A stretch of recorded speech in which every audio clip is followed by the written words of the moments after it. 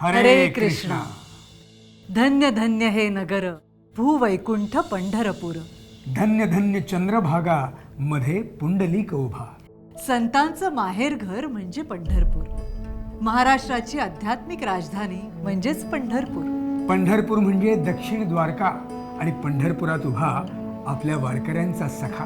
अशा या भूवैकुंठ भूमीवरील भीमेच्या पूर्व तटावरील श्रील प्रभुपादांच्या कृपेनं व इस्कॉन पंढरपूरच्या वतीनं साकारत आहे आपल्या पंढरीनाथांचं आणि प्रभू श्री रामचंद्रांचं नयनरम्य असं भव्य मंदिर। हे केवळ आणखी एक मंदिर नाही, हे असेल पंढरीचं वैभव। इथे कायम घुमत राहील संकीर्तनाचा नाद आणि जिभेला मिळेल गोविंदा महाप्रसादाचा स्वाद। आत्म्याला इथे मिळेल मनःशांती, शरीराला पुरेशी विश्रांती आणि व्यथा व्याधींपासून मुक्ती। ग्रंथालयातल्या आध्यात्मिक साहित्यातून उमजेल जीवनाचं तत्वज्ञान। संतांच्या संगतीनं जागेल हरवलेलं आत्मभान।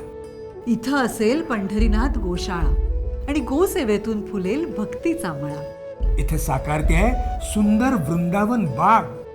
चला तर मग आपणही घेऊया या प्रकल्पामध्ये सहभाग। आपण सर्वांनी मिळून आपापल्या परीने कुणी खारुताईचा वाटा घेऊया, तर कुणी हनुमंताचा वाटा घेऊया।